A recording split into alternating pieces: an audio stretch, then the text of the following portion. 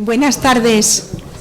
Bienvenidos a nuestro centro documental José Luis Cano, que es la casa de todos ustedes, a esta sala Manuel Fernández Mota, darles la bienvenida a todos y permítanme que salude también a las autoridades presentes, a la subdelegada del Gobierno de la Junta del Campo de Gibraltar, a nuestro coordinador general y al resto de autoridades que hoy nos acompañan. Aparte también quiero agradecer que hoy nos acompañen muchos de los colectivos culturales de nuestra ciudad. Agradecer a Juan Ignacio de Vicente, asesor de patrimonio de nuestro ayuntamiento. Gracias por estar, Juan Ignacio, y a diferentes colectivos que hoy pues acuden a esta conferencia, que estoy segura que va a ser muy interesante. Pues están representantes de la Trocha, del Instituto de Estudios Campo Gibraltareños, de AEPA, y también hay, creo, he querido ver también de la Asociación Julia Traducta. Y a todos ustedes que, como les decía, estoy segura que esta conferencia les va a resultar más que interesante. Como representante del ayuntamiento, y excusar a nuestro alcalde, que se le ha complicado la agenda, pero intentará incorporarse a lo largo de la conferencia, pero agradecer enormemente. Siempre es un honor poder acompañar a nuestro comandante naval en todas las iniciativas que realiza. No hace mucho se ponía en contacto de nuevo con la directora del museo, que también la quiero saludar, a Rosabel O'Neill, para poder realizar y poner en marcha esta bonita iniciativa, esta conferencia en la que hoy nos acompaña un comandante de infantería ya en la reserva, Ignacio Moyay, y un gran amante de la historia, para una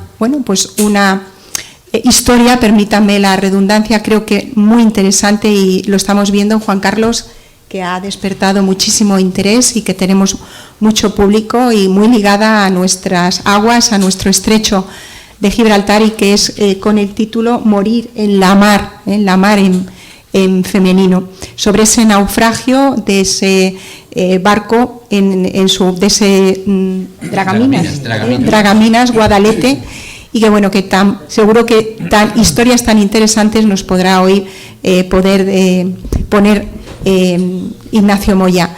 Quiero pasarle la palabra a nuestro comandante, que además le va a presentar. Pues tiene la palabra, comandante. Muchas gracias, Pilar, y muchas gracias por venir. Buenas tardes a todos. Coordinador de la Administración General del Estado, querido Paco, muchas gracias. Subdelegada del Gobierno de la Junta de Andalucía en el Campo de Gibraltar, Teniente Alcalde Pilar Pinto, delegada de Cultura, la directora del Museo de Algeciras y el delegado del Ministerio de Asuntos Exteriores. Demás autoridades civiles y militares, amigos todos de la Comandancia Naval, buenas tardes y bienvenidos a este centro documental José Luis Cano, que gentilmente nos ha proporcionado el Ayuntamiento de Algeciras, y donde vamos a tener el placer de poder disfrutar de la conferencia Morir en la mar, el hundimiento del Dragaminas Guadalete, impartida por el comandante de Infantería del Ejército de Tierra en situación de reserva, don Ignacio Moyá Ayuso. La Comandancia Naval pretende, con este acto y tras los eventos de la exposición y conferencia sobre el ilustre marino Blas de Lezo, continuar contribuyendo de esta manera a difundir el rico patrimonio histórico, cultural y naval. Invitado por la Comandancia Naval de Algeciras, con la colaboración del Centro Documental José Luis Cano y con la colaboración del Ayuntamiento de Algeciras, recibimos hoy a don Ignacio Moyá Ayuso. Como ya he dicho, es comandante de infantería en situación de reserva. Durante su trayectoria militar ocupó destinos operativos como oficial en el Grupo de Fuerzas Regulares número 54 de Ceuta y en el Grupo de Operaciones Especiales en Colmenar Viejo, entre otros, antes de pasar a la reserva transitoria en 1993. Actualmente es máster en Dirección Comercial y Marketing, graduado en Comunicación por el Instituto Dale Carnegie, diplomado superior como presentador de radio y televisión y socio director de la empresa de formación Avante Consultores, además de ser un reconocido profesor en escuelas de negocio y experto entrenador en habilidades comerciales, sociales y directivas. Colabora habitualmente en los ámbitos empresarial y militar, como conferenciante en las áreas de liderazgo, motivación y ventas. Nuestro conferenciante, en paralelo con su actual dedicación profesional, se ha ido convirtiendo en un divulgador de la historia, y en particular sobre el descubrimiento de América y su posterior conquista, impartiendo diferentes conferencias por todo el territorio nacional. Ignacio Moyá nos presenta hoy un relato muy de nuestra Armada, ya que nos va a hablar del hundimiento del Dragaminas Guadalete, una tragedia ocurrida en marzo de 1954 en aguas del Estrecho, y que, como él apunta, se trata de uno de los sucesos más tristes y desconocidos de nuestra Marina de Guerra. Pensemos que de una dotación de 78 marineros, 34 de ellos murieron o desaparecieron en la mar. Además, nuestra ciudad, Algeciras, está muy vinculada a ese triste naufragio, ya que desde nuestro puerto se organizó y se llevó a cabo el rescate final de los supervivientes. Ignacio Moyá dice que a él siempre le gusta en honor hablar de marinos ilustres de nuestra historia, como Colón, Elcano o Pedro Meréndez de Avilés, pero que hablar precisamente de estos marinos del Guadalete le produce una especial emoción, al tratarse de un puñado de héroes que se dejaron su vida o que estuvieron a punto de hacerlo en el año 1954. No hay que irse muy lejos para encontrar de lo que es capaz de hacer el sentido del deber y la capacidad de sacrificio de nuestros marinos, cuando la situación así lo requiere. Sin más, conozcamos lo que le ocurrió al Dragaminas Guadalete. Tiene la palabra el comandante don Ignacio Moyá.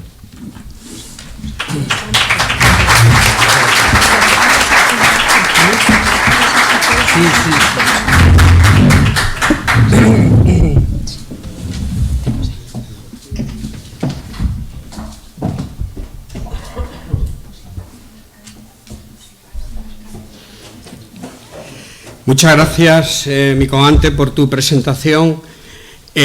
Muchas gracias a todas las autoridades que asisten hoy a esta conferencia, porque con vuestra presencia, y os tuteo, le dais realce a un relato que yo estoy convencido que se van a quedar con la idea de que esto no es una conferencia al uso, porque hablar de estos hombres del Guadalete termina siendo, y llevo desde el 2014 manteniendo viva la llama de lo que le pasó a este Dragaminas, y cada una de las conferencias es un pequeño homenaje a, como ha dicho el comandante en su presentación, pues a un grupo de héroes que los hemos tenido además aquí, muy cerquita de nuestras aguas, y por eso digo que no hay que irse tan lejos. Quiero agradecer, por supuesto, a quienes asisten a esta conferencia, porque divulgar cualquier aspecto de nuestra Armada o de nuestra historia pues no tendría sentido si no hay personas que quieran conocer y quieran saber. Y muy particularmente quiero saludar a Paco Zambrano y a Francisco Vega. Paco Zambrano es redactor jefe del Diario de Cádiz, y su abuelo, sargento fogonero, se dejó la vida en este hundimiento. Él ha venido desde Cádiz, nos acompaña hoy. Y además, Paco, no descubro nada si digo que ha sido un gran impulsor también de sacar de la memoria olvidada lo que le pasó a este Dragaminas. Ayer publicó también el Diario de Cádiz una reseña, y gracias por contribuir a esta causa que es tan importante, y tú mejor que nadie lo sabes. También nos acompaña Francisco Vega. Su padre fue superviviente del Guadalete. Aquí en Algeciras han vivido dos supervivientes. Hay uno que vive, Ricardo Corrales, era marinero de segunda en el Guadalete. Hoy tiene 89, 90 años y físicamente pues ha hecho lo posible por venir. Me parece que en directo por YouTube su familia se ha preocupado de que pueda oír de nuevo este relato y estremecerse como no puede ser de otra manera. Pero José Vega era otro de los supervivientes, así como Ricardo Corrales mantuvo un silencio, cosa muy común y muy entendible, ¿no? Porque es un trauma tal.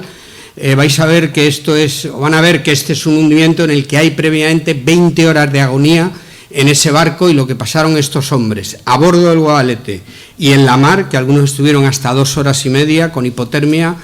Eso no se puede olvidar. Y Ricardo Corrales, pues me consta por la familia que mantuvo bastante silencio, y sin embargo tu padre, ¿verdad, Francisco? José Vega, pues lo hablaba y lo comentaba. Yo tuve la oportunidad aquí en Algeciras de visitarle un día y me dio un pequeño dossier con información del Guadalete. Esto que están viendo es el diploma que certifica que había recibido el nombramiento, sí, que le habían entregado la Cruz al Mérito Naval con distintivo rojo.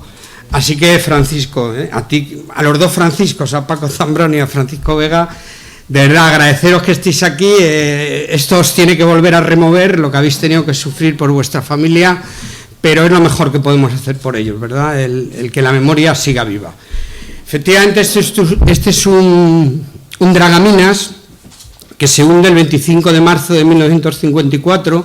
Por las circunstancias que luego contaré, se pasó página demasiado pronto y durante 60 años los familiares de los fallecidos, los familiares de los supervivientes, los mismos supervivientes han tenido que conformar que durante 60 años pues apenas había una misa el día 25 y poco más, por los motivos que luego explicaré. Pero todo esto cambia cuando mi hermano Luis, capitán de navío de la Armada, destinado entonces, cuando se cumplen 50 años, en el 2004 se cumplen 50 años del hundimiento del Dragaminas Guadalete. Mi hermano Luis para entonces ya es un marino, tú lo sabes, Pepe Lu, muy comprometido con la historia de la Armada y con una cierta especialización en pecios, en barcos hundidos, y le parecía que era de responsabilidad sacar de la memoria olvidada al Guadalete. Máxime cuando nuestro padre, bueno, antes de enseñarles esa diapositiva, saco... Aquí tenemos una foto de José Vega, que con 21 años sobrevivió al hundimiento y desgraciadamente se nos ha ido, Francisco, pues hace menos de un mes, el 12 de abril del 22, perdía la vida, fallecía José Vega. Así que de los dos supervivientes que teníamos en Algeciras, vive este segundo que saco en pantalla, Ricardo Corrales, del que acabo de hablar. José Vega navegó en el Guadalete como marinero de primera y Ricardo Corrales como marinero de segunda. Pero estaba diciendo que mi hermano Luis tenía un cierto compromiso con sacar el relato de lo que le pasó al Guadalete, porque nuestro padre, el capitán de navío José Moya Maestre, había sido el teniente navío comandante jefe del Guadalete hasta el 5 de marzo, quiere decir hasta 20 días antes de hundirse. En la Armada, a diferencia de lo que ocurre en los barcos mercantes, pues ellos, que me parece que tiene mucho mérito, Pepe Lu, que vosotros los marinos os hacéis con un barco y a los 2 años ya le pueden pasar a un patrullero, le pueden pasar a un submarino. Y eso le ocurrió a mi padre, que durante 2 años es el teniente navío comandante del Guadalete, pero asciende a capitán de corbeta y entonces tiene que dejar de manera natural el barco y le hace el relevo al teniente navío González Aldama, que en su primera navegación se va a encontrar con el mayor temporal que se conoce en la hemeroteca en el mar Mediterráneo, un temporal de levante, y unido, ya con esto estoy diciendo las 3 causas que se van a conjugar por las que se va a hundir el Guadalete, fueron muchas deficiencias que tenía de construcción, veremos por qué. Era uno de los últimos barcos, dice un autor, propulsado con calderas de carbón, y el carbón en España hay que reconocer que históricamente no hemos tenido un carbón bueno, pero encima después de la guerra el carbón estaba muy adulterado, así que era un barco que tenía muchísimos problemas en su propulsión, unido a las graves deficiencias. La tercera variable fue el temporal. Todo esto se va a conjugar y el Mediterráneo decide engullir al Guadalete. Mi padre había dejado el barco 20 días, había hecho el relevo, se fue destinado a Tarifa, a la estación naval de Tarifa, y 20 días después le llaman, viene aquí a Algeciras, participa en el rescate, que no se pudo hacer nada por el conocimiento que tenía del barco, y entonces, claro, yo he nacido en una familia donde cuando se hunde el Guadalete, yo nazco 5 años después.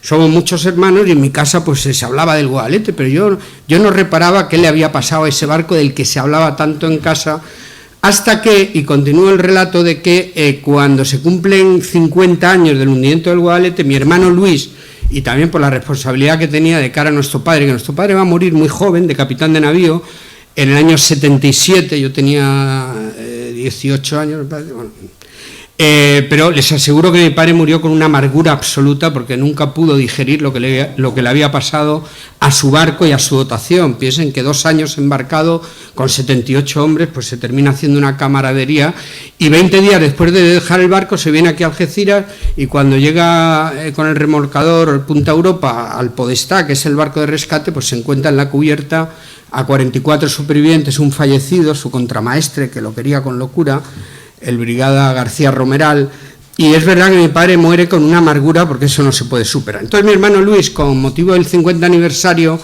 él quiere ya propulsar y hacer algo por el Guadalete, pero está destinado en Nápoles, y entonces lo que hace es que hace un artículo precioso donde cuenta lo que le pasó al Guadalete, pero no puede hacer nada hasta 10 años después. En el 2014 se cumplen 60 años desde que se hunde el Guadalete. Mi hermano es el capitán de navío, segundo jefe de la base naval de Rota, Y en esa situación, pues, y en complicidad, si me permiten la expresión, Pepe Lu, con el comandante naval de Ceuta, Ramis, Micas, nuestro amigo Micas, pues decidieron hacer lo posible, y enseguida, cuando se lo dijeron al almirante de la flota, Santiago Bolívar, enseguida cerró filas y todos comprendieron que la Armada tenía también una asignatura pendiente, y se van a hacer 2 homenajes en el 2014 preciosos al Guadalete, uno en Ceuta y otro en San Fernando. En Ceuta porque fue el puerto desde donde zarpó en su última singladura el Guadalete, y en San Fernando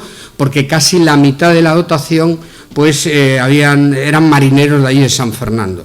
Y abro y cierro un paréntesis rápido, pero podéis creerme que Algeciras para mí era la asignatura pendiente, para cerrar el círculo ya lo hemos hablado, por la importancia que tuvo Algeciras en este hundimiento / rescate.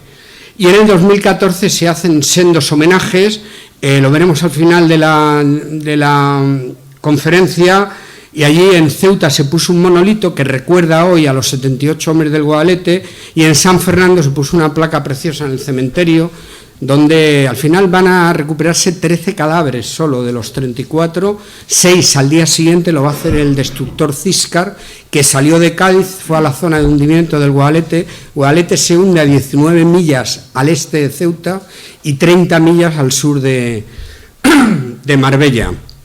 Ahí se recogieron 6 cadáveres, y luego la mar, con el paso del tiempo, va a arrojar a la costa de África pues hasta 7 cadáveres más. Así que hay 13 cuerpos recuperados, y la mitad están enterrados en San Fernando y la otra mitad en Ceuta. Y algunos sueltos que la familia se los ha llevado concretamente a Bilbao, lo veremos luego también, a Bilbao y a Logroño.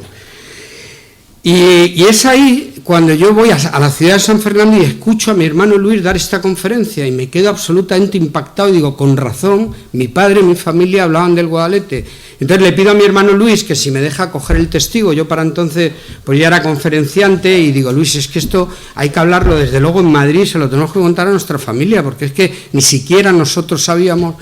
Y por eso estoy justificando un poco qué hace un comandante del Ejército de Tierra hablando de temas de la mar. Yo quise ser marino, también debo decirlo, pero por el daltonismo no pude ingresar en la escuela naval, así que cambié las cocas de la Armada por el emblema de infantería, que tampoco es mal cambio.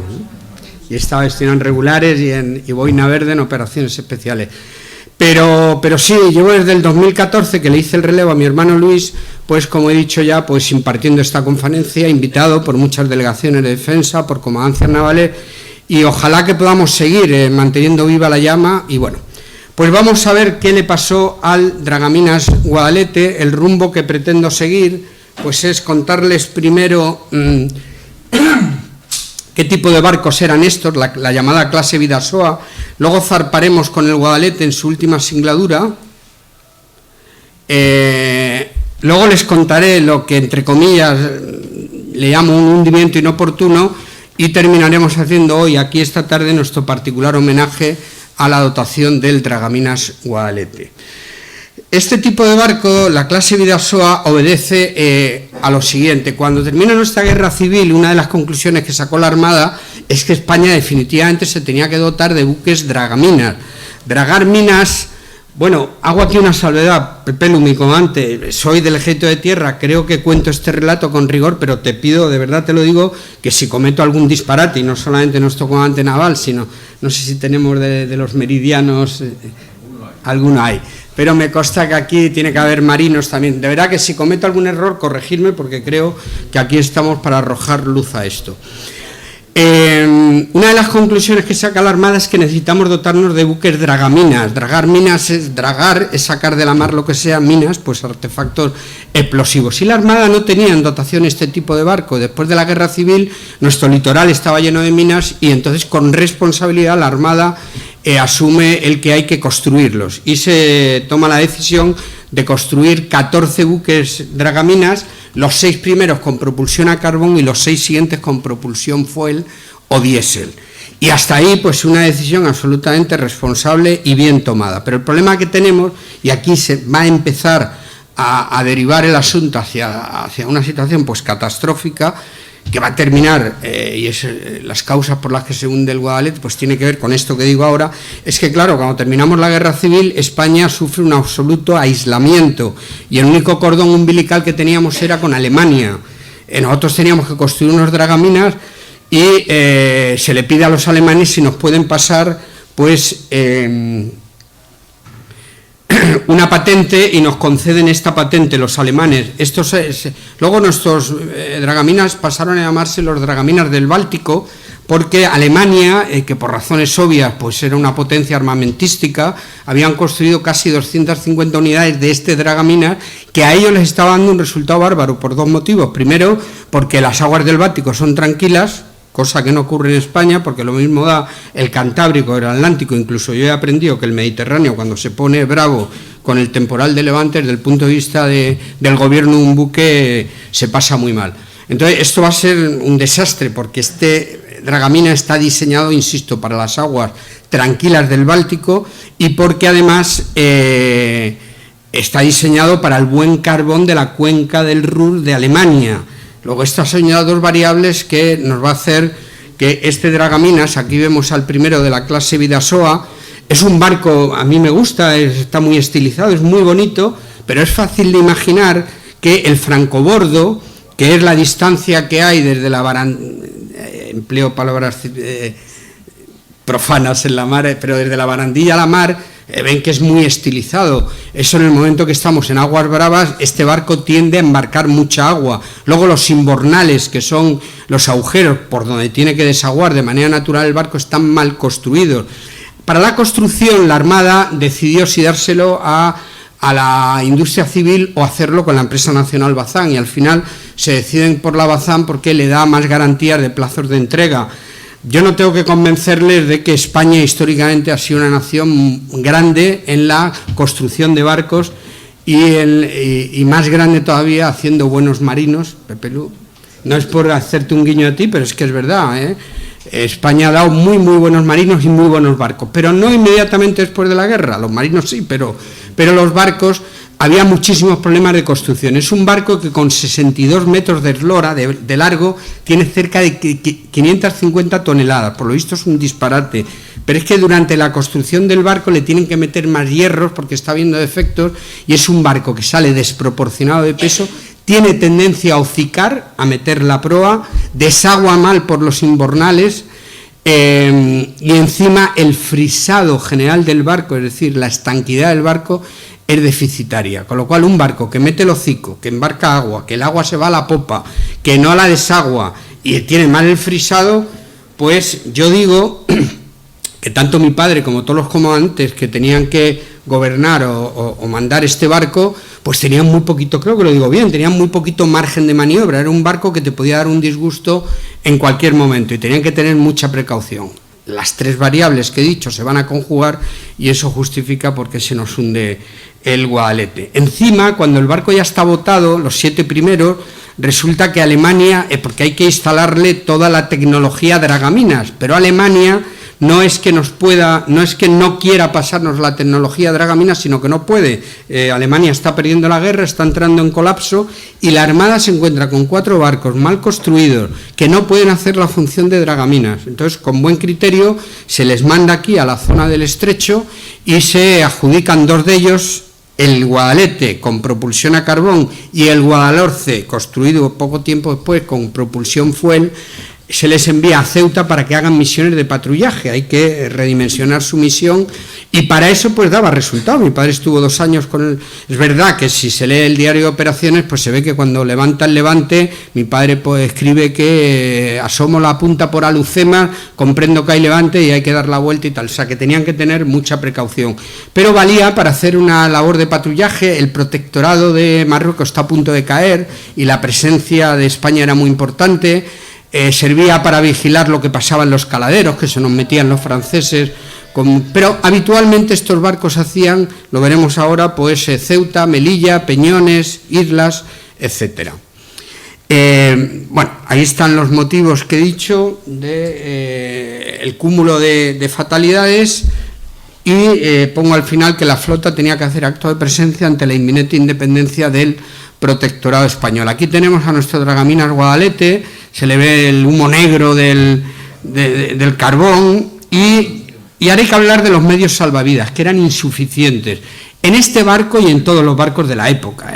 Hoy en día tenemos unas medidas de seguridad, lo mismo da ir en avión que en barco y tal, que las medidas son extraordinarias de seguridad, pero no en la época. Los medios salvavidas eran insuficientes. Tenía un bote a motor de 8 metros, lo vamos viendo en pantalla, situado en una cubierta superior, un bote más pequeño a remos, un chinchorro de 5 metros, 2 balsas neumáticas adosadas a los laterales del barco y 72 chalecos salvavidas, que van a resultar insuficientes para los 78 hombres que van a bordo. Cuando el Guadalete ya está la situación muy delicada, hay un momento en que el comandante del barco le reprende al timonel, dice: no he dado la orden de ponernos los chalecos, y el timonel le dice, el marinero de la caña le dice que no hay salvavidas para todos, chalecos para todos. Se da orden de que oficiales y suboficiales se lo pasen a la marinería. Hay una entrega que es muy emotiva, porque el tercer oficial, que ahora hablaremos de él, Miranda, le pide al comandante que su chaleco se lo quiere dar directamente al capitán de máquinas, a Serafín Echevarría. Era el hombre de mayor edad en el barco, 55 años, y no sabía nadar. Así que le dio el chaleco, se dieron un abrazo y fue un abrazo de despedida. Efectivamente, Serafín Echevarría, el capitán de máquinas, pierde la vida y es uno de los cuerpos que con el tiempo la mar arrojó en la zona de Orán. Se recuperó el cuerpo, hoy está enterrado en Bilbao.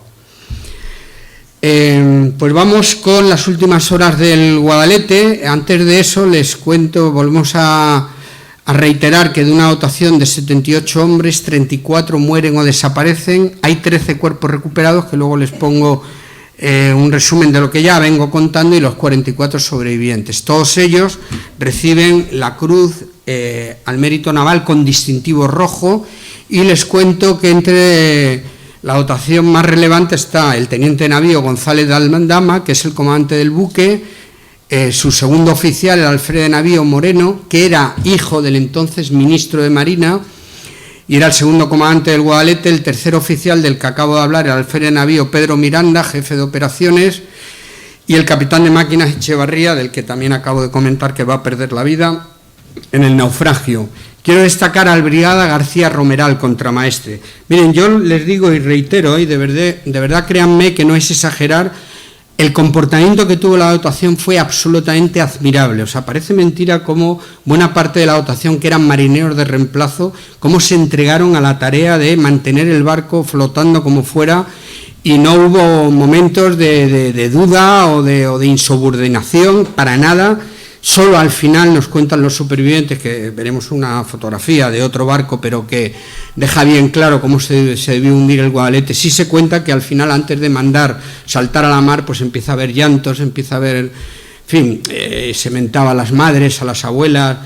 Cuento ahora una cosa por si se me olvidara, porque me parece que es de relevancia. Todos los buques de la Armada suelen llevar una imagen de la Virgen del Carmen, y aquí en el Guadalete también la llevaba. Yo imagino que podría ser una imagen así. Cuando ellos comprenden que van muchos de ellos camino de la muerte, antes de que se dé la orden de saltar a la mar, empiezan, entre comillas, a canibalizar a la Virgen, porque bajan a donde está la Virgen, se entregan a ella, rezan y tal, y uno le quita un paño, el otro no sé qué, y al final van cogiendo cosas, y cuando llega aquí a Algeciras el barco, el Punta Europa, que trae a los supervivientes, pues aquí está una de las mujeres de uno de los marineros, y le retira la camisa, y cuando llega a su casa en San Fernando, donde fuera, mete la camisa en la lavadora y se da cuenta que en el bolsillo pues hay algo romo, y ese romo es una pieza así, que es una parte del brazo del niño de la Virgen del Carmen. Y eso está en el museo que tiene la Armada en San Fernando, en Cádiz, si tienen oportunidad de verlo. Pero verdad que bueno, que da una idea de cómo debieron ser los últimos momentos. De los que estoy poniendo en pantalla, termino. Este brigada García Romeral, es que estaba diciendo que definitivamente fue un héroe entre héroes. Hizo una labor absolutamente soberbia, sobre todo en la cubierta durante el temporal, que era insufrible, pero él va a terminar llegando al barco de rescate, subiendo con muchos problemas, pero él no quiso subir al barco de rescate hasta que sus marineros no salvaran la vida y estaba viendo cómo la perdían algunos, verán el rescate cómo fue dramático, y cuando él llega a la cubierta del mercante italiano Podestà, que fue el que socorrió a los marinos del Guadalete, perdió el conocimiento y ahí murió. Hoy la Escuela Naval Militar de Marín le ha dado a la segunda residencia que han creado el nombre de Residencia Contramaestre García Romeral. Y les menciono también en pantalla al sargento primero Samper, radiotelegrafista. Este hombre, les cuento que la investigación de este naufragio fue muy complicada, porque en la década de los 70 hubo un incendio en los archivos que la Armada tiene aquí en San Fernando, y toda la investigación pues se debió quemar. Mi hermano Luis consiguió el informe del comandante, y entre el informe del comandante y los testimonios de los supervivientes pues podemos hacer hoy este relato. Y desde luego el comandante en su informe habla del sargento primero Samper, el radiotelegrafista. Estuvo constantemente en la estación de radio, hay que imaginarse un cubículo pequeño arriba junto al puente, con un marinero. Estuvieron los dos tratando de mantener las transmisiones muy complicadas en la época, y era tal el celo que pusieron que cuando ya el barco está con 70 grados de eslora, están todos ya en la parte de estribor para saltar, el comandante mira hacia arriba y ve que todavía hay un poco de luz en la estación de radio. ¿Y qué pasa ahí? Pues que seguían intentando mandar información y tal, y da orden de que se va a dar la orden de saltar a la mar, y por lo tanto que el radiotelegrafista Samper y el marinero que dejen de hacer ya su trabajo, que hay que lanzarse a la mar. Desgraciadamente este hombre, cuando salta a la mar, el comandante había dado orden de que todo lo que flotara, porque vamos a ver que todos los medios salvavidas es que se los lleva al mar Mediterráneo, es que fue todo de verdad absolutamente trágico, y viendo que no había medios salvavidas se dio orden de canibalizar todo lo que flotara en el barco, y el sargento primero, el radiotelegrafista, al saltar a la mar se va a dar con algo romo en la cabeza, pierde el conocimiento y muere. Es uno de los cuerpos que recupera el Ciscar al día siguiente. Cuando yo estoy en Madrid dando esta conferencia en el Ateneo, al terminar, una persona del público me dice: oye, que en mi trabajo hay una hija de este hombre, del radiotelegrafista. Y yo no lo puedo creer. Que sí, claro, como hubo 60 años de silencio radio, pues efectivamente estos encuentros se han ido dando. Desde el 2014 yo he ido encontrando pues más familiares. Pero efectivamente me habla de Josefina Samper, y ella me habla, ya por fin la llamo por teléfono, quedo con ella y dice: pero es que mi hermana Maribel Samper vive en Torrelodones, que es donde yo vivo. Digo, no puedo dar crédito que una hija del radiotelegrafista seamos vecinos. ¿Pero por qué cuento esto? Porque un día, ya ahora tenemos una amistad absoluta, pero un día estando en su casa dice: espérate, que de mi padre yo tengo sus pertenencias. O sea, cuando lo recogen en la mar, el Ciscar, le quitan de encima pues lo que vemos. Bueno, perdón, es que antes de terminar de hablarles, claro, es que no sabía lo que estaba pasando, porque encima me quito las gafas y no me entero. No, que los tres últimos pierden la vida, ya he hablado de los tres, y los tres oficiales sobreviven, van a llegar todos al empleo de capitán de navío, y han muerto hace relativamente poco. El teniente navío González Aldama lo hace en el 2012. Yo he pensado tantas veces en este hombre, cómo ha podido vivir hasta el 2012 sabiendo lo que le pasó. El alférez navío Miranda murió en el 2015, pudo venir al homenaje de Ceuta, pero ya venía enfermo y murió poco tiempo después, y el último en morir de los oficiales ha sido en el 2017 el alférez de navío Alfonso Moreno. Y aquí tenemos al radiotelegrafista primero Manuel Samper, y lo que me saca su hija en Torrelodones son las pertenencias que llevaba él encima, y entonces vemos su cartera militar, ese reloj. Lo he llevado yo a todas las conferencias porque me hizo depositario, un mechero tipo Cipo, y lo que ven a la derecha es una tabaquera que hoy en día se abre, tiene un sistema de estos de clip, y hay tabaco seco, pero que huele todavía. Esto lo hemos entregado hace un par de meses, pues yo creo que en el mejor sitio donde podía estar, y es en la actual unidad de cazaminas que tenemos en Cartagena. Los cazaminas de ahora, el embrión lo pusieron estos dragaminas, y hicimos una entrega preciosa al capitán de navío, y las hermanas me acompañaron a Cartagena, y eso está hoy allí. El reloj es importante porque nos dice ya definitivamente cuándo se hundió el barco. Está parado en las 18:36.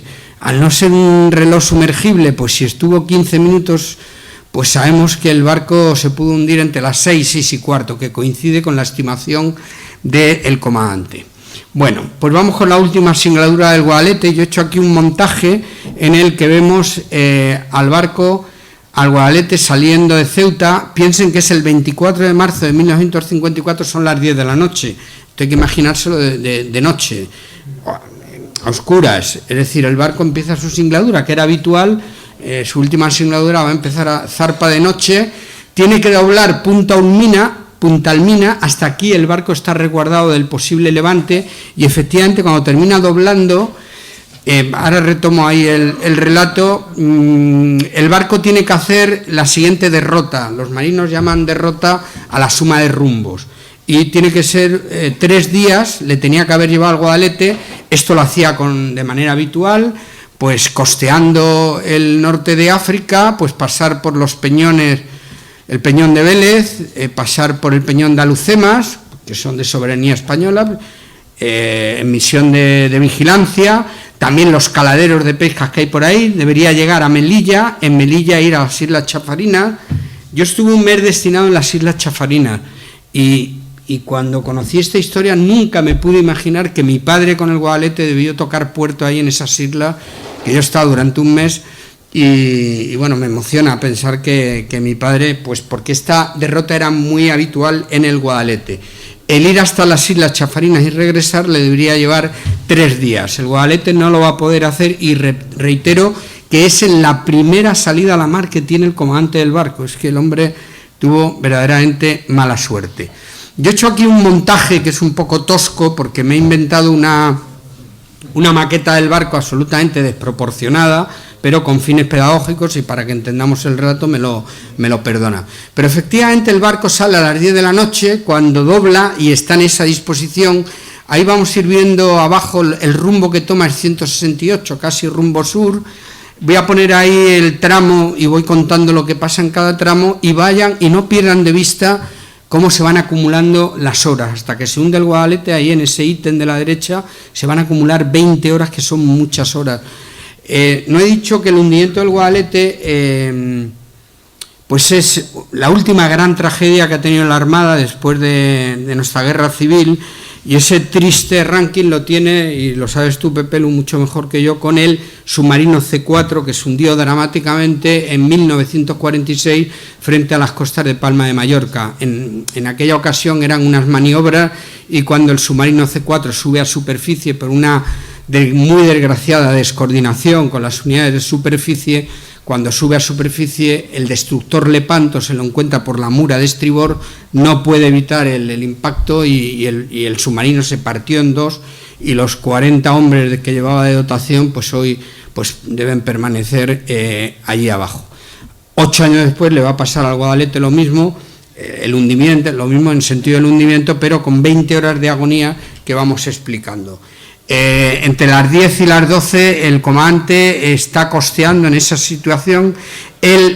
Claro, hoy en día cuando los marinos salen a la mar, el saber si va a haber levante o no va a haber está mucho más,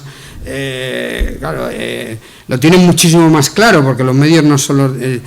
entonces, y de manera muy, muy simple, pero corrígeme mi comandante, el barómetro te indicaba, si el barómetro bajaba, tenía tendencia a bajar, es que había que empezar a preocuparse porque el temporal tendía a subir, y el comandante en su informe dice que cuando dobla Punta Almina efectivamente lo que hay es una cierta marejadilla, pero una vez que empieza a navegar el levante le está dando por la mura de estribor, y yo en este punto digo que ningún barco tendría problema con el nivel de levante que había entonces, pero ningún barco excepto este, que tiene un francobordo tan bajo y el levante está pegando contra su costado y está embarcando agua. No tendría que pasar nada por embarcar agua, pero como el agua se está, por el mal frisado, se está impregnando los compartimentos que hay abajo, el carbón empieza a ser agua, con el agua empieza a ser una pasta, y hay un problema, y es que hay una escotilla por donde el capitán de el personal de máquinas, la caldera, tienen que limpiar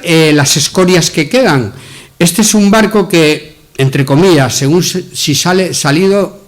una vez que sale de fábrica, si el barco va bien, esta misión de quitar la escoria que se va depositando, el socarrat, si me lo permiten, de las paellas, eso hay que quitarlo sí o sí, porque si no, no combustiona bien la caldera, pues esto debe hacerlo el barco, si está en buenas condiciones, lo debe hacer cada 6 horas. Aquí ya el Guadalete, ya los fogoneros tienen que estar haciendo penosamente esta tarea pues cada 3/4 de hora o así. Pero es que a la hora de quitar las escorias hay que sacarlas fuera, sí o sí, por un sistema de polea, pero no pueden hacerlo porque cada vez que abren la escotilla entra demasiada agua.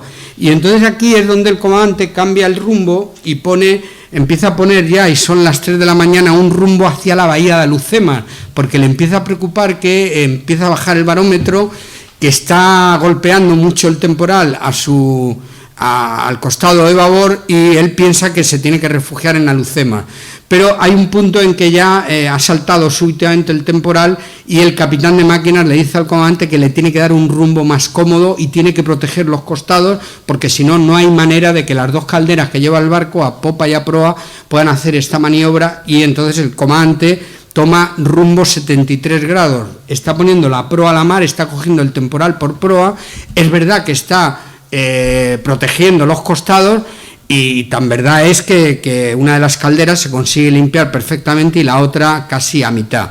Pero ya el temporal es de tal envergadura, está embarcando tanta agua el Guadalete y se está inundando peligrosamente la caldera de popa y además el compartimiento del servomotor. El servomotor está justo en la popa del barco, es la dirección asistida que tenemos en el coche, que se puede accionar desde el propio compartimento, pero el marinero de la caña, timonel, le está diciendo al comandante que de manera intermitente se está quedando sin maniobrabilidad a nivel de timón, con lo cual el comandante se está dando cuenta que hay 2 variables que empiezan a ser muy peligrosas, que le falta potencia y que encima la caña está dando problemas. Tampoco pueden mandar a un marinero al compartimento porque la mala estanqueidad del barco ha hecho que los humos altamente contaminantes están en el compartimento del servomotor. Bueno, y en este punto el comandante verdaderamente está ya muy preocupado. El temporal es fuerte, están a 90 millas de Alucemas y aquí decide hacer la ciaboga. Bueno, no está bien colocado ahí el barco en su situación real. La ciaboga, dicen los marinos, que es virar 180 grados, pero claro, para eso cualquier mando de un buque necesita tener potencia y maniobrabilidad. Y es una operación muy complicada que le va a costar muchísimo al comandante conseguirlo. Se va a atravesar el barco, cuando un barco se atraviesa en la mar, pues es casi el principio del final, y hasta 3 veces se va a atravesar el Guadalete en todo esto que estoy contando. Por fin el comandante ya consigue hacer la ciaboga y ahora comprende que misión es llegar al estrecho. Ya el temporal es tan grande que él presume. A todo esto la radio está empezando a tener problemas de interferencia, porque tampoco los medios radio que había entonces, en el año 54, son los de ahora, y se está dando una particularidad. El Guadalete escucha perfectamente las emisiones radios del Guadalhorce, que es el buque no gemelo del todo, es el otro dragaminas que está en Ceuta, pero que tiene propulsión a fuel, y el Guadalete está escuchando perfectamente al Guadalhorce. Al revés, el Guadalete apenas se escucha, aunque sí sabe que el Guadalhorce escucha todo. ¿Por qué subrayo esto? Porque una de las ocasiones el Guadalete pueden oír con toda nitidez que salen buques a rescatar, a salvar al Guadalete. No va a ser posible porque efectivamente lo van a intentar 3 barcos, el destructor Ciscar desde Cádiz, la motonave Virgen de África desde, tú corrígeme Paco también si algún dato, Paco conoce bien esta historia, Virgen de África lo hace desde aquí, desde Algeciras, y también lo va a intentar el Guadalhorce desde Ceuta, pero los 3 barcos se tienen que dar la vuelta. Es que ese temporal, no ha habido nada igual en la hemeroteca, lo he dicho, porque se cerraron todos los puertos. Hubo un hundimiento cerca de Valencia, de un pesquero, pero sin víctimas. Y por lo tanto el comandante presumió y acertó que no habría apenas buques con quien encontrarse. Entonces su propósito era llevar el Guadalete desde luego al centro del estrecho, porque si algún barco podía estar transitando, navegando, tenía que ser por esa zona. En eso va a acertar porque desde luego se va a encontrar con el Podestá. Pero el barco empieza a tener graves problemas. Yo pongo ahí fallos del servomotor, el enlace radio, que es muy complicado, ya lo he explicado, y y aquí ha decidido poner rumbo al estrecho, como digo. Ya tiene inundada la popa del buque, ya no solamente el servomotor, sino la caldera de popa, y el comandante ha tenido que tomar la decisión de sacar ahí a todos los fogoneros, llevarlos a la otra caldera, a la de proa, y tiene que estanquizar esa parte del barco. Así que un barco que con las dos calderas le cuesta, este barco en condiciones de navegación sin problema da 16 nudos, que no es, bueno, no es ni, es, bueno, lo propio, lo normal de un barco de este tipo, pero es verdad que el barco tiene que dar 120 revoluciones, las calderas. Aquí, cuando el capitán de máquinas se está quejando al puente de que no puede darle más potencia, es que está bajando alarmantemente a 90, a 80, y hay un punto en el que si las revoluciones, si las calderas no dan más potencia, el barco puede sobrepasar lo que llaman la velocidad de seguridad, que yo, por donde voy, pues cuento que es parecido como los aviones. Los aviones necesitan tener una velocidad de sustentación por debajo del cual el avión cae. Los barcos necesitan tener una velocidad por debajo, una potencia por debajo de la cual el barco puede hundirse. Y es lo que le está pasando con 80, 90 revoluciones. Entonces, encima, con una sola caldera, pues la situación es muy angustiosa. A todo esto, cuando han salido de puerto a las 10 de la noche, pues al final, a las 2-3 horas, se ha quedado la gente de guardia y el resto están durmiendo. Para las 6 de la mañana han despertado a todos, porque la situación está muy complicada. En medio de estas 20 horas les van a dar unos bocadillos, un poco de coñac y tal, pero van a estar 20 horas sin apenas comer y sin apenas dormir y sin apenas descansar. De luego los fogoneros, al frente del sargento fogonero Francisco Sánchez, el abuelo del periodista Paco Zambrano, que nos acompaña aquí hoy, pues estos hombres definitivamente no debieron parar desde el principio hasta el final. Pero además el contramaestre García Romeral le tocó toda la maniobra que hay que hacer en cubierta, que es fácil de imaginar el temporal golpeando en la cubierta. Claro, la obsesión era que ningún hombre se perdiera, que no se pierde ningún hombre, señal de que van con todas las medidas de seguridad o que hacen lo que tienen que hacer. Hacen una maniobra que a mí me sigue sorprendiendo, ya creo que hoy no se hace, pero en los barcos hasta esa época se echaba aceite a la mar. El barco llevaba de dotación unos sacos de aceite, y cuando lo echas por la borda, pues creas como una película alrededor. Yo lo cuento mal, pero ustedes me entienden bien, pero a veces, si el temporal no es muy complicado, pues sirve para calmar y aliviar y darle una cierta más seguridad al barco. Pero con este temporal, como había un capitán de navío, me dijo Ignacio, el aceite ya en esas condiciones es imposible. Estamos hablando de olas de 12 metros, 10, 12 metros, que comentabas tú antes, Pepe Lu, que son muchos metros de... muchos pisos para arriba. Sí. Vamos a ver ahora enseguida, les voy a enseñar una cosa. Bueno, tenemos una sola caldera a proa, y atención que se avista un buque de guerra. Lleva 15 horas de agonía, estamos entre las 9 y la 1 del mediodía, o sea, ya durante la mañana, llega un barco que se pone en la horizontal. El serviola avisa de que hay un barco de guerra, tiene la figura, el perfil es de una corbeta, por el numeral que tiene no es español, se deduce que debe ser inglés, pero el comandante del barco enseguida dice que no quiere dejar dicho que sí inglés, aunque el sentido común parece que indica que bueno, porque además está una hora delante del Guadalete, está viendo al Guadalete la agonía que tiene. Por medio de telégrafo el Guadalete le está diciendo estamos en una situación muy muy delicada. Ellos por telégrafo responden también y hay una cierta comunicación, pero al final el comandante iza las 2 bolas negras, que actualmente es un código que se sigue utilizando cuando cualquier barco militar o civil iza 2 bolas negras en el mástil, significa situación angustiosa, se necesita remolque y ayuda SOS.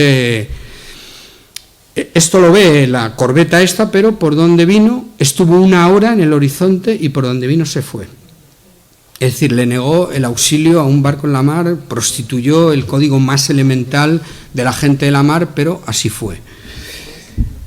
Se cierra la popa del barco, ya lo hemos hablado, y ahora se va a jugar una última baza. El capitán de máquinas le dice al comandante, le propongo una cosa, y es dejar el barco al garete durante 1 hora. Si a mí me deja que pare las calderas durante 1 hora, yo puedo limpiar bien, porque su obsesión era limpiar aquello que era imposible, y podemos meter el carbón que tenemos de reserva, el poco carbón que nos queda de reserva, que está seco, le propongo que canibalicemos toda la madera del barco e incluso que le metamos el fuel de un pequeño motor diésel que lleva el barco para alimentar la luz del barco y la estación radio. Y a riesgo de incendio, todo esto el comandante le dice que sí, el Guadalete se queda 1 hora al garete, canibalizan toda la madera, todos los pasamanos, las mesas, las sillas, todo lo que fuera madera se mete en la única caldera, se selecciona el mejor carbón, se le mete el fuel, se enciende la caldera y después de 1 hora al garete, que tiene sus complicaciones, efectivamente hay una subida de potencia que va a durar media hora nada más. Y bueno, el comandante pensaba que en la situación en la que está el barco, a lo mejor, si aguantaba más la caldera, pues podrían llegar al propio Ceuta o en cualquier caso llegar al centro del estrecho para poder ser socorridos. Pero esto le va a dar media hora nada más y estamos ya ante el final del Guadalete, del hundimiento del Guadalete. Pero todavía se avista un segundo barco que se pone también en la horizontal. Y no lo creerán, pero ocurre exactamente lo mismo. Incluso este barco mercante llega a tener una conversación más fluida y le llega a preguntar al comandante del barco, que yo pagaría por ver la cara que debió poner el teniente navío González Aldama, cuando este mercante le pregunta que si tienen autorización del armador para ser remolcados. Y el comandante le dijo que sí, que absolutamente. Y se conoce que se lo pensaron bien y debieron pensar que meterme en este rescate me puede complicar la propia vida del barco, que eso es verdad, hay que tenerlo en cuenta y hay que ponérselo en el mérito al barco que sí que va a socorrer, porque pusieron en riesgo la propia vida de ese otro barco. Pero este segundo, por segunda vez el Guadalete, le niegan el auxilio. Y vamos ya casi al desenlace, porque se para la caldera de proa, ya la bomba de achique, ya el agua ya ha apagado literalmente la caldera, con lo cual el barco está sin gobierno y se pierden los botes salvavidas. Es decir, el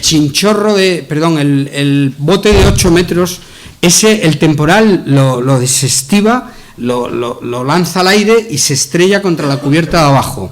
El bote de 8 metros inservible. El de 5 metros, el chinchorro, literalmente vuela y se va también.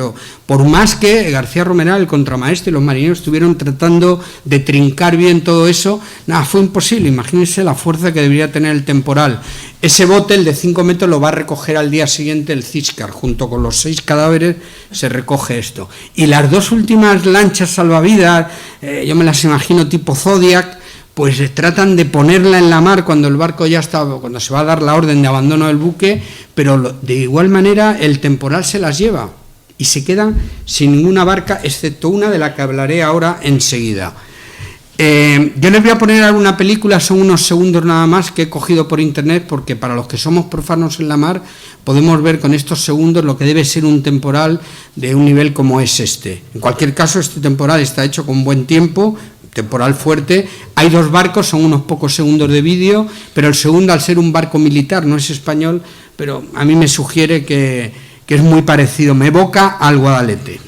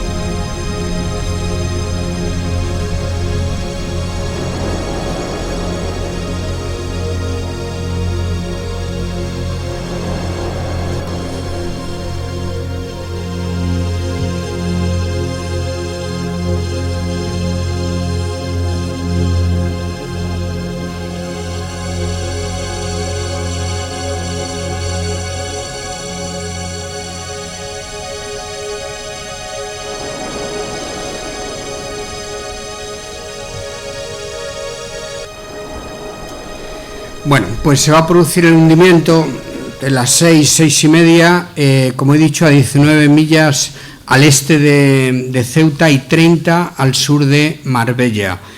Aquí les pongo fotos de barcos pasando por temporales muy fuertes y este último nos puede servir, es un barco, un pesquero, pero de esta manera se debió hundir el Guadalete, es decir, lo hizo por estribor, la parte derecha del barco, y por popa. Se fue hundiendo, se fue recostando sobre su costado estribor y finalmente pues metió la popa y se hundió.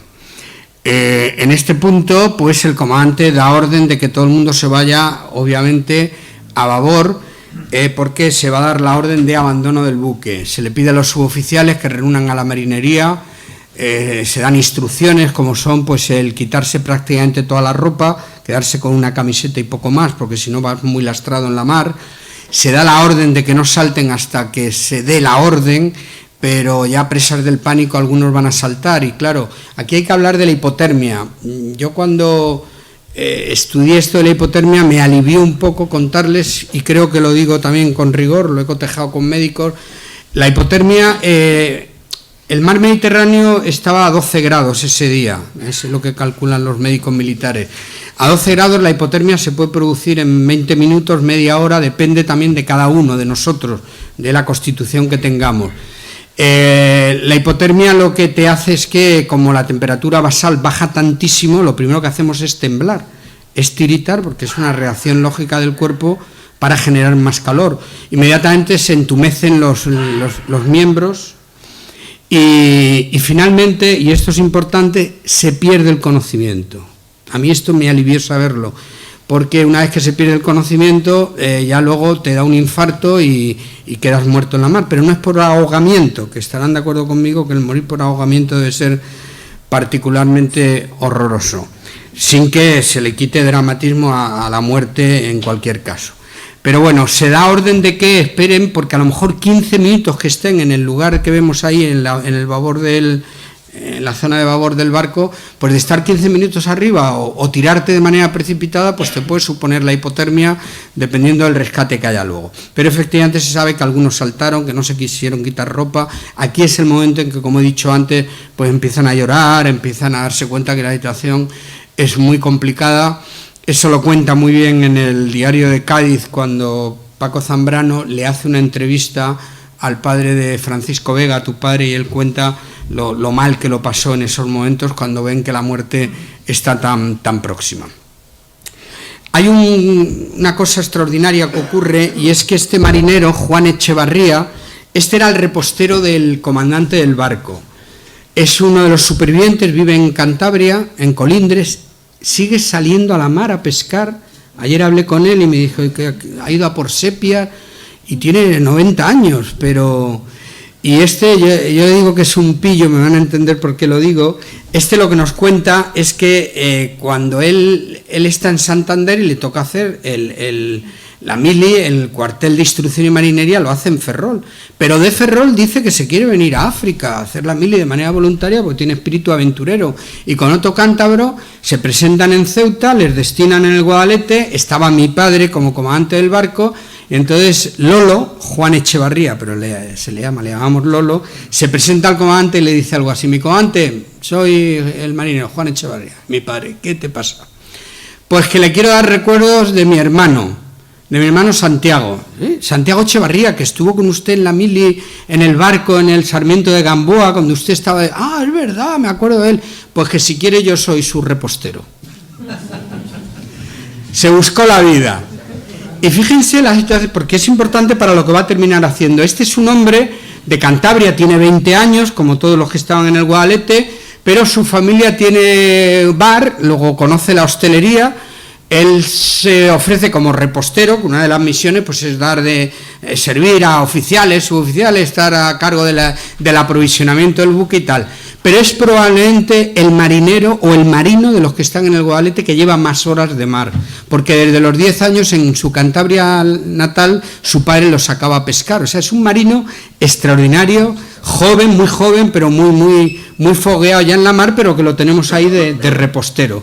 Hace una mili cómoda, pero cuando llega el momento de que vienen mal dadas, él demuestra con su comportamiento que sabe mucho de la mar, porque él me sigue contando, cada vez que le veo seguimos hablando del Guadalete, es admirable, y dice que no entendía cómo se lanzaban a la mar, que era obvio que no te... Y a un marinero, a un compañero suyo le dijo, quítate las botas. No, yo no me quito las botas. Y todo, bueno, él se medio desnudó, pero fue el último, él desde luego sostiene que fue el último en saltar, y cuando el barco está en esta disposición, pues resulta que él, vuelvo un momento atrás, él recuerda que hay una balsa salvavidas en un pañol que hay debajo del puente.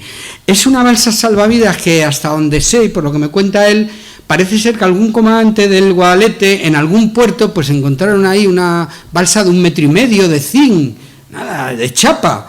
Pero el comandante debe decir, súbela, oye, para aquí que la van a tirar, pues súbela por sí.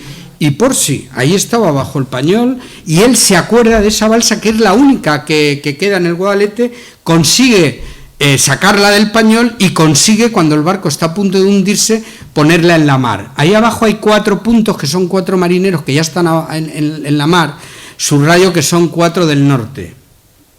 Porque cuando las cosas vienen mal dadas nos vamos buscando entre nosotros, y ahí son 2 de Cantabria y 2 vascos los que esperan, y él consigue poner esa barca, ahora sí, muy humilde, de 1,5 metros, la pone en la mar, y claro, enseguida los 4 se suben en la barca, pero hay un efecto llamada en ese bote, y los que están ya en la mar empiezan a ver que hay un bote y van todos para allá, y hacen un acto de solidaridad. Yo no sé si lo haría en el caso de ellos, pero deciden bajarse los 4 marineros del norte, bajarse para darle más flotabilidad al humilde bote, y así conseguir que alrededor del bote pues se puedan enganchar, y se hace pues con una especie de corona de marineros alrededor del bote.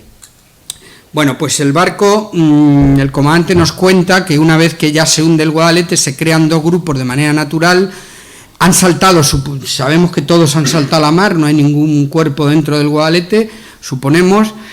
Aquí me decía Paco Zambrano que aquí se pierde la pista de tu abuelo, porque él ha preguntado a supervivientes si alguno recordaba que en la mar hablara con el sargento fogonero Francisco Sánchez, pero no ha conseguido. O sea, que damos por hecho que su abuelo pues murió en la mar al saltar, como otros muchos. Pero se crean 2 grupos naturales. En el de la izquierda he subrayado en un color más llamativo, soy daltónico, me parece que es amarillo, he puesto a los 3 oficiales, y mientras que en la derecha, con el bote que está también desproporcionado, está en amarillo el contramaestre García Romeral. Nos cuenta el comandante en su informe que cree que había 400 metros entre los 2 grupos, y empieza ya la hipotermia a causar estragos, y empiezan a morir ya algunos. Hay un superviviente que me da mucha lástima, porque este hombre no pudo ir vive en Torrevieja, en Alicante, y no pudo ir al homenaje porque su mujer tenía un Alzheimer ya muy profundo cuando en el año 2014, pero yo tuve oportunidad de ir a su casa, y estando con él se me echó literalmente a llorar cuando contaba lo que le pasó a él en la mar. Bueno, que le pasó que él salta, muchos de los chalecos se pierden, es que los chalecos salvavidas, y yo creo que los que somos más mayores conocemos qué chalecos se llevaba entonces, que era corcho, un poquito de nylon y unas cintas de amarre muy, muy precarias, y todos los cadáveres que recoge el CISCA, ninguno lleva chalecos salvavidas, señal indudable de que el chaleco no tenía bien los amarres y tal. Y a este hombre, cuando saltó a la mar, el de Torrevieja, se le fue el chaleco, pero al rato pasó el cadáver de un compañero, le quitó el chaleco y él se lo puso, y él consigue sobrevivir. Pero lo que quiero decir es que ya en este momento pues están perdiendo la vida algunos por agotamiento, y por fin, cuando llevan 1 hora en la mar, ya se han perdido de vista los 2 grupos, y en el que están los 3 oficiales aparece el barco mercante Podestà italiano, al que le tenemos que estar eternamente agradecidos, porque este hombre no solamente se involucró, el capitán de la Marina Mercante, con su barco en el rescate, sino que además hizo una maniobra desde el punto de vista naval soberbia para poner a resguardo a los marinos del Guadalete. Este buque venía en lastre, ironías del destino, era un barco que había zarpado de Ceuta para llevar un cargamento de carbón. Había entregado carbón en Ceuta y salía vacío, en lastre.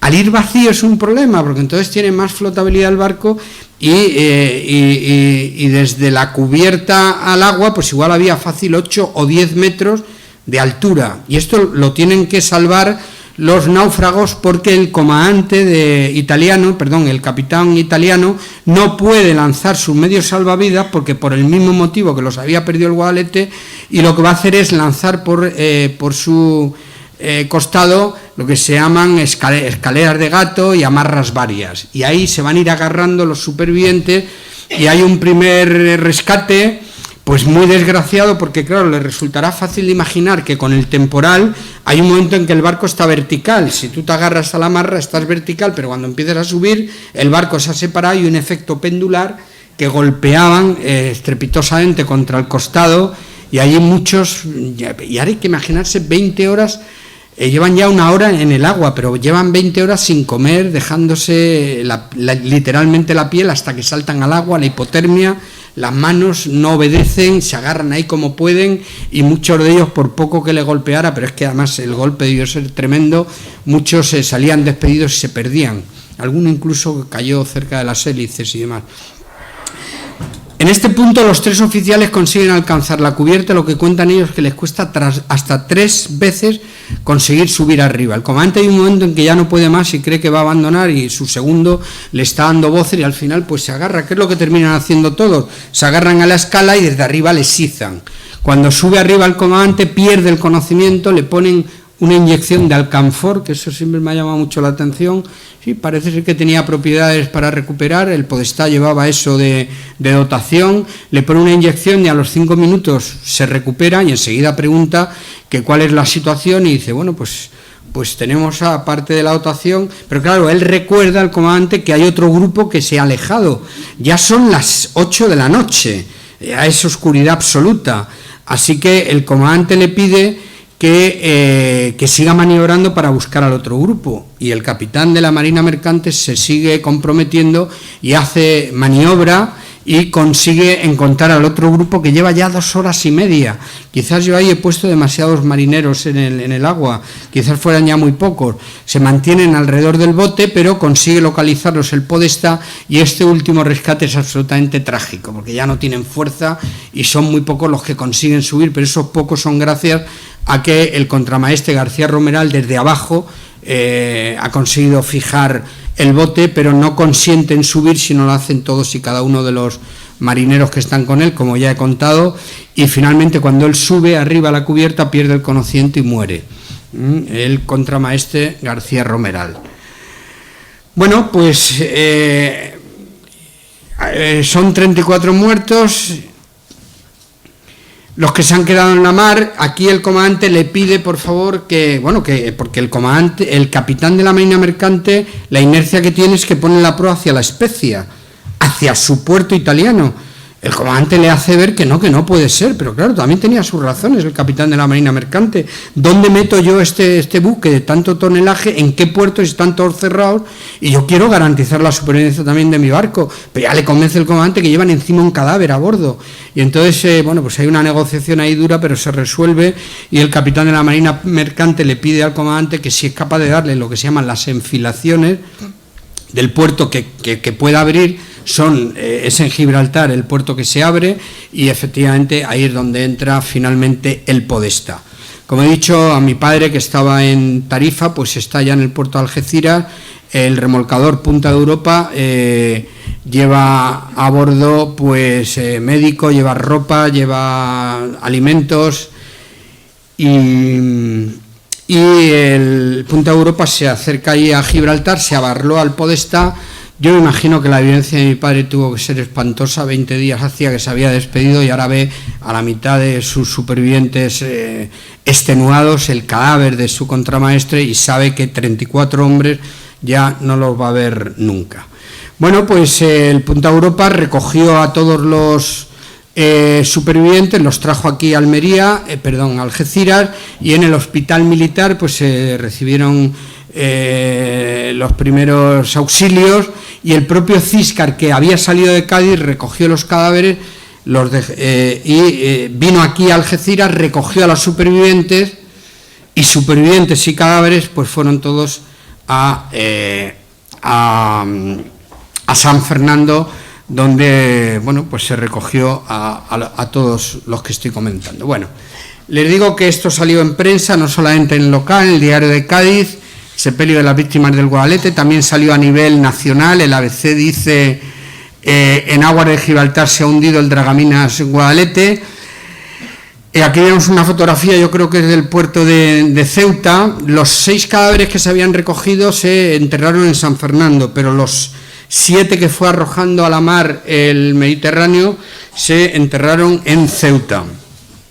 ¿Por qué digo que es un hundimiento inoportuno? Pues miren, estamos en la época de Franco, donde España era una auténtica autarquía, donde estábamos recibiendo un absoluto aislamiento y donde había mucha precariedad, había pobreza, y nuestros niños se dice que no tenían las calorías básicas para poder vivir, hasta que los americanos pues ponen su vista en nosotros en España, porque por la situación que tenemos, y se hacen unos acuerdos por los que nosotros ofrecemos la posibilidad de hacer bases aéreas y la base naval de Rota conjunta con los americanos, y ellos a cambio pues nos ofrecen la ayuda esa del Plan Marshall que ya estaban ofreciendo a toda Europa, y esto a España pues le dio la vida, ¿no? Porque Cruz Roja pues empezó a repartir la ayuda alimentaria, pues la leche en polvo, el queso, nos dio una ayuda militar que nos hacía mucha falta.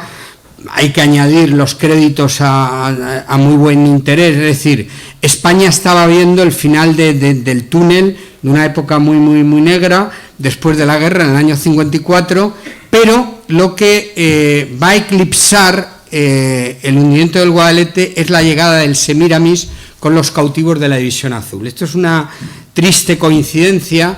Cuando termina la Segunda Guerra Mundial han quedado en la Rusia con la División Azul han quedado 400 divisionarios. Stalin, de manera canallesca, pues no les aplicó el código deontológico de los prisioneros, y eso creó pues un doble dolor en las familias de los que habían mandado divisionarios, porque es que si no eran prisioneros de guerra oficialmente establecidos, Stalin no iba a dar información ninguna, con lo cual los familiares de los divisionarios, de aquellos 400 y pico, se acostumbraron ya a convivir sabiendo que sus familiares no iban a venir nunca. Lo fueron pasando de campo de concentración en campo de concentración hasta que muere en 1953 Stalin.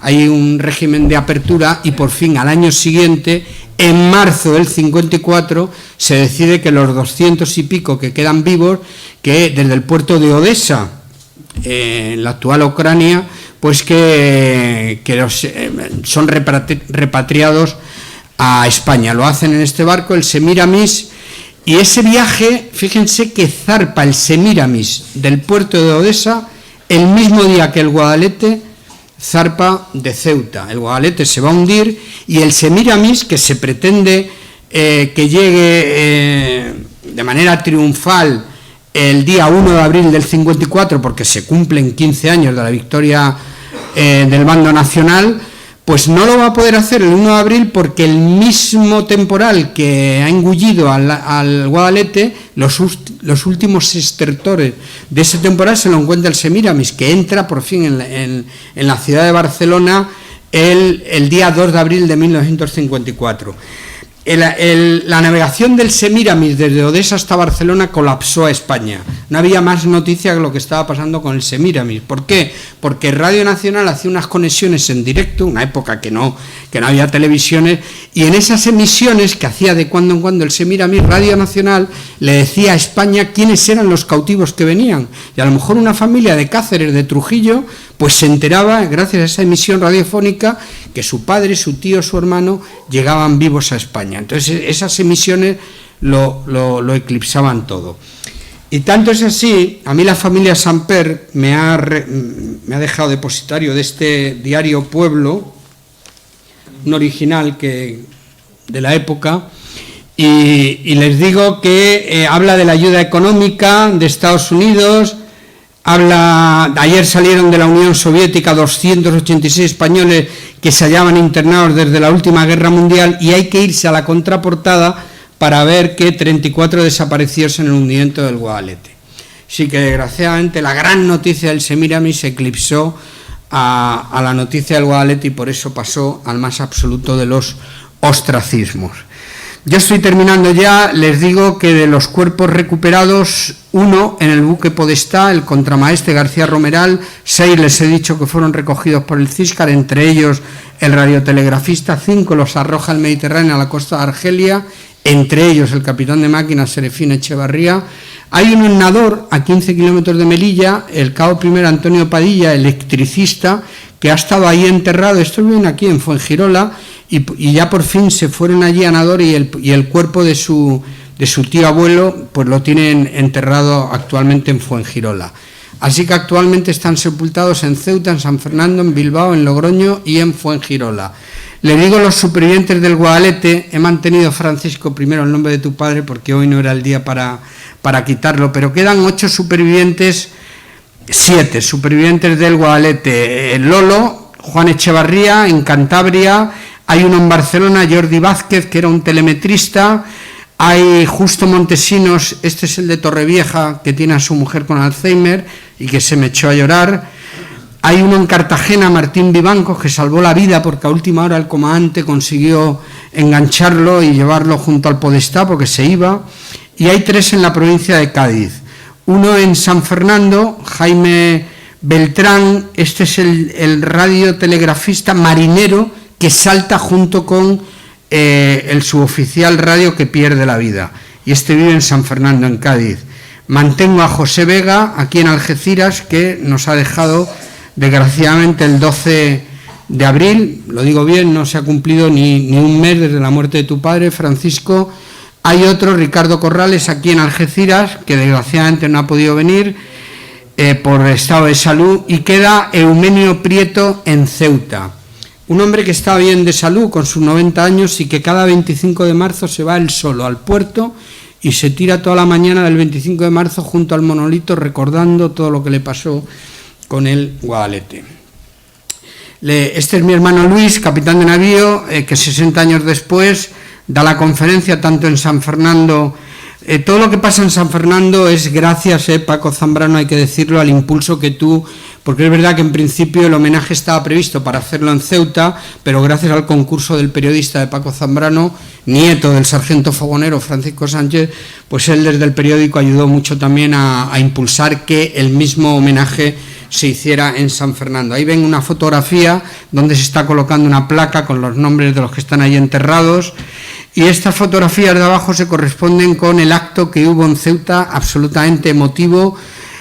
Formó la Legión, formó regulares, la Armada con la Atrevida, con el patrullero Atrevida, ¿no? Eso, la Infanta Elena, se sacó la bandera de la Infanta Elena para que presidiera el acto, y ahí vemos a la derecha el monolito que dice: al Dragaminas Guadalete y su dotación, desde este muelle en el que tuvo su base y desde donde zarpó hacia su última singladura. Ejemplo del servicio de los hombres de la Marina de Guerra Española. La mar pudo con 34 miembros de su dotación, pero no con su memoria. El puerto de Ceuta, 1954-2014. Aquí vemos una fotografía de los supervivientes. En el centro vemos al almirante de la flota, Santiago Bolívar. A su derecha está el presidente de la ciudad autónoma de Ceuta. A la izquierda, perdón, según vemos nosotros la fotografía, ¿verdad? El presidente, que no me acuerdo el nombre ahora. Juan Vivas, sí. A la izquierda está Lolo, el de las gafas oscuras es el marinero Lolo, que les digo que sigue saliendo a la mar. A la izquierda hay un almirante del Estrecho. A la izquierda está Eumenio y a la izquierda es Beltrán, el último de la izquierda. ¿Quién era el almirante, has dicho? Manolo Ferreiro. Manolo Ferreiro. Y el último de la izquierda es el marinero radiotelegrafista también, el que salta a la mar con el suboficial radio. Y del almirante del centro a la derecha pues está el teniente de navío, capitán de navío, Pedro Miranda, que va a morir unos meses después, y en fin, y otros supervivientes hacia la derecha, que yo ahora no identifico. No sé si tú, Paco, identificas alguno. Después está el presidente de Ceuta anterior, el presidente de la autoridad portuaria. Es verdad. Sí. Bueno, pues gracias por la aclaración. Bueno, estamos terminando. Miren, les digo que mi hermano Luis acuñó esta frase cuando del Guadalete no se sabía nada, y es una frase reivindicativa. La mar es el sudario más noble para un marinero valiente, el olvido su más triste epitafio. Afortunadamente la frase ya no tiene sentido porque estamos tratando de recordar siempre que se puede a estos marinos de nuestro Dragaminas Guadalete. Yo me gusta decir, para terminar, que este homenaje, los homenajes que se hicieron en Ceuta y en San Fernando, no van a significar nunca un final feliz, pero sí que pueden imaginar que restañó mucho las heridas y estamos haciendo justicia con estos hombres que ahora, pues, bueno, me decía Francisco, hijo de José Vega, que su padre aquí en Algeciras, cuando sus amigos le provocaban o le amenazaban, dice: cuidado, que soy superviviente del Guadalete. Y efectivamente, pues vamos a terminar. Yo te voy a pedir, mi comandante, con tu permiso y las autoridades, que nos pongamos de pie, porque vamos a ver ahora 2 diapositivas con los nombres de los 34 hombres que quedan en la mar. Lleva el fondo de La muerte no es el final en su versión instrumental, y pretendemos con esto dar nuestro homenaje aquí en Algeciras a estos bravos hombres del Dragaminas Guadalete.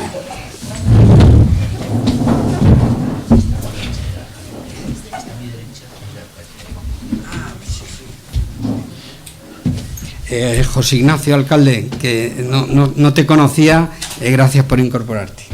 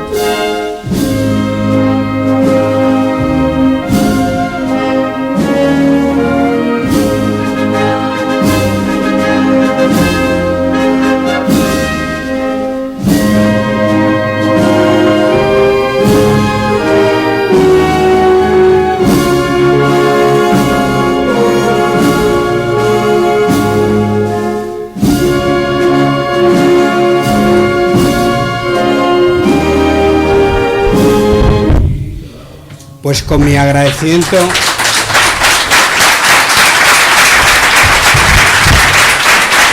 Agradecer de nuevo a Paco Zambrano y Francisco Vega, que nos hayáis acompañado esta tarde. Muchas gracias.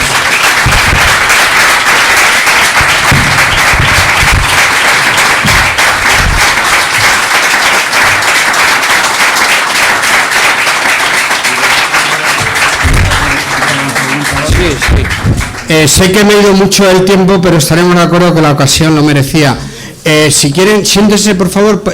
Si quieren hacer alguna pregunta que podamos responder, yo prometo ser telegráfico para no prolongar más la charla, pero si quieren hacer alguna... Sí, adelante, por favor. ¿Por qué cuando... Bueno, yo no entiendo de temas marinos, ¿vale? Empezando por ahí. Entonces, mi pregunta es, ¿por qué cuando tiene que coger la tormenta de cara, por qué lo hace hacia la izquierda para volver a Ceuta y no pensaron en hacerlo hacia la derecha, hacia un puerto marroquí? No entiendo, no sé yo si es porque no se podía hacer, pero ¿por qué? Porque estaba mucho más cercano. No, su razonamiento, le aseguro que yo también lo pensé en su momento. Yo digo lo que sé, no sé si el comandante naval puede añadir algo. Primero, es verdad que se meten hacia el estrecho con ese rumbo 73 para proteger los costados. Y hasta donde yo sé, es que es muy peligroso acercarse a la costa, aunque parezca mentira, o el barco se acerca a un puerto... Perdona, Ignacio, si usted cae a estribor para acercarse a la costa y con la mar de costado, esa mar la abate y lo puede tirar a la playa. En esa zona no hay ningún puerto donde pueda atracar ese barco. Entonces el comandante no se quiere meter en aguas de baja profundidad y prefiere meterse en aguas de mayor profundidad para salvar el barco. Por lo que no sabía el pobre comandante era la galerna que había ahí, que era impresionante. De todas maneras, Ignacio, tú has dicho que había olas de 12 metros. Este año, y creo que me corrija dónde está Julián el práctico, este año creo que hace unos días hemos cogido en la boya de Getares 10,9 metros. Ha habido un temporal de levante hace un mes impresionante. Yo soy de Tarifa, como tú sabes, y no he visto nunca un temporal de levante como el de este año. Así que estamos muy cerca de lo que pasó hace 50 y tantos años. ¿Más preguntas, por favor? Julián. Sí, uno de los motivos que se ha explicado del hundimiento de este buque fue que venía ya con problemas estructurales desde su construcción aquí y acá. En el informe posterior de la Armada se planteó al resto de la clase Vidasoa meterlo en cadena para recuperar este tipo de problemas, o tuvieron restricciones especiales, o se dejó que el informe general fue... Yo hasta donde sé que la Armada lo que hizo fue rápidamente, la siguiente serie hacerlo ya con propulsión diésel. Y estos otros, es que no habiendo un temporal como el de ese día, seguían haciendo una labor buena y seguramente habría una relación coste-reparar y tal que no merecería la pena. Terminaron su vida de manera natural, haciendo la labor de patrullaje, el resto, hasta donde yo sé, creo que así respondo, ¿no?, a su pregunta.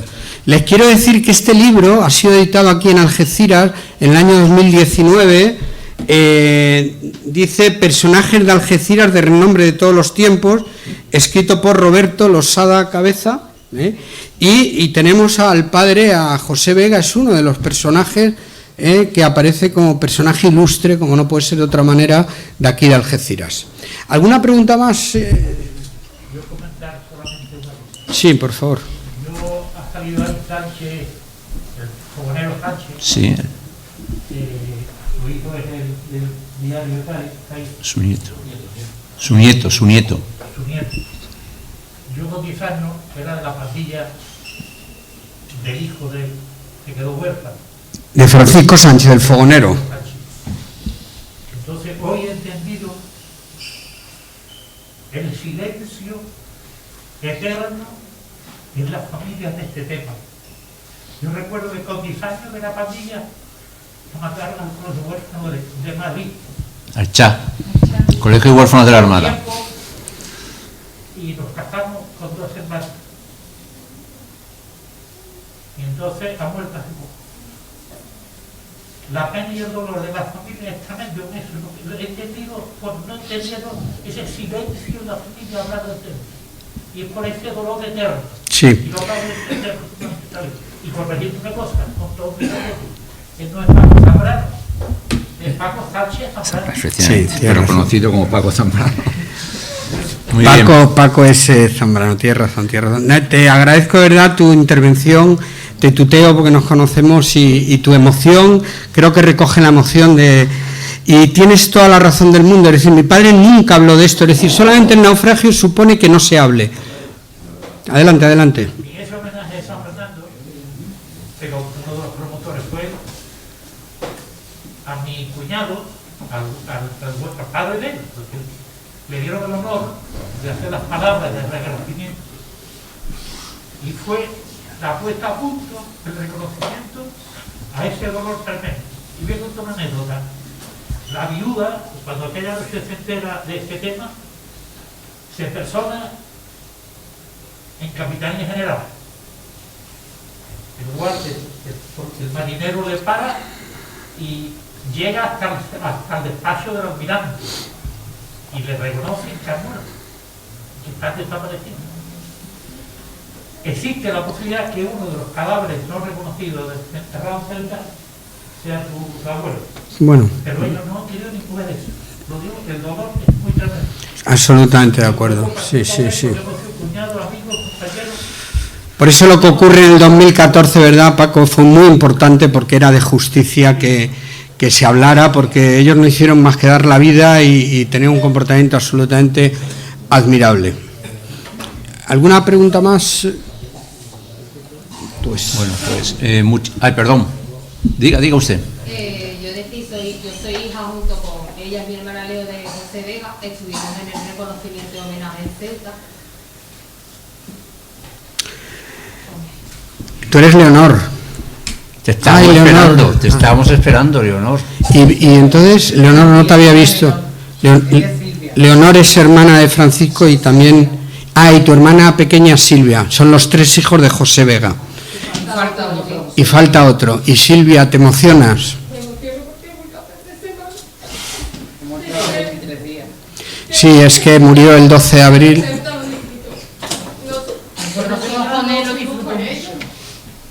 Estuvimos allí con su hermana. Ah, que homenaje, es que para ellos fue tan importante, fue el día que se sentían importantes después de 60 años de que me imagino, porque me lo han dicho otros supervivientes, que eran los pesados del Guadalete, ¿verdad?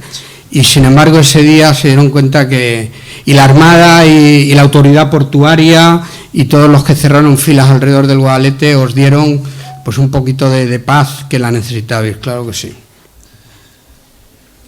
Diga, sí, Paco, adelante. Como has estado citando, te lo agradezco, no soy Paco Sánchez Fernando, el de Cádiz. Quería hacer unas pocas reflexiones por encima, en primer lugar, darte la enhorabuena, Ignacio, y bueno, no sé si puede tomar la palabra porque me emociona.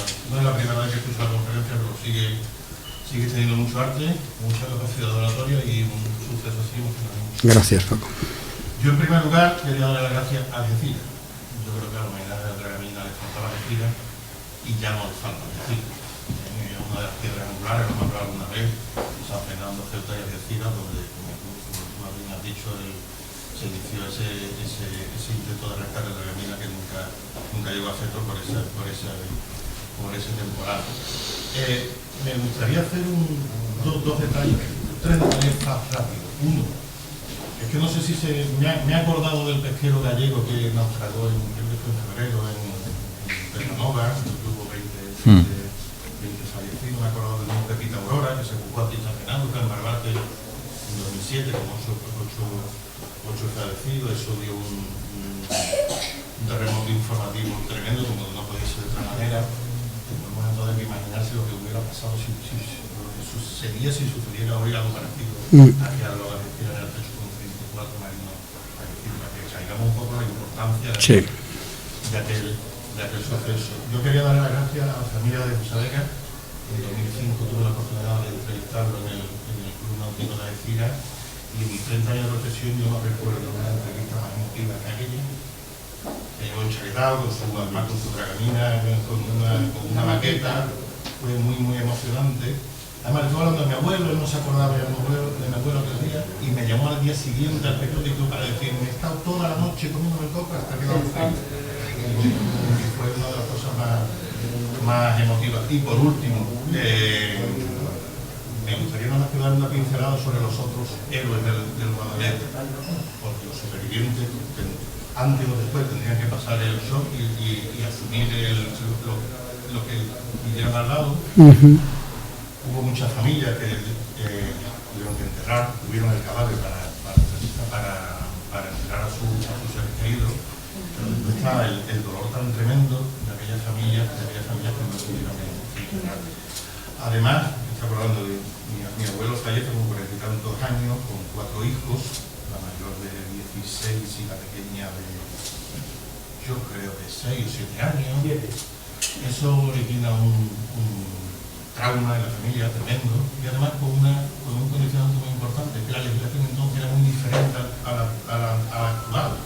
Ahora, para poder acceder a la pensión, la paga por viudedad o por orfandad, no sé cuánto tiempo es, pero es un tiempo prudencial. Entonces, como hablamos de los años 50, yo creo que se podría multiplicar por 10 y esperar cerca de una década sin poder tener acceso a ningún.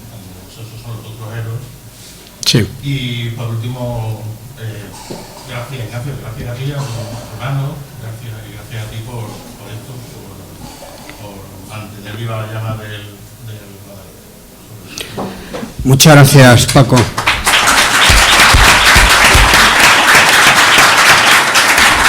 No, termino diciendo que tus palabras, Paco, recogen el sentir de todos los familiares y creo que eres una voz muy autorizada. Muchas gracias por venir desde Cádiz y de verdad que me has emocionado también, ¿eh?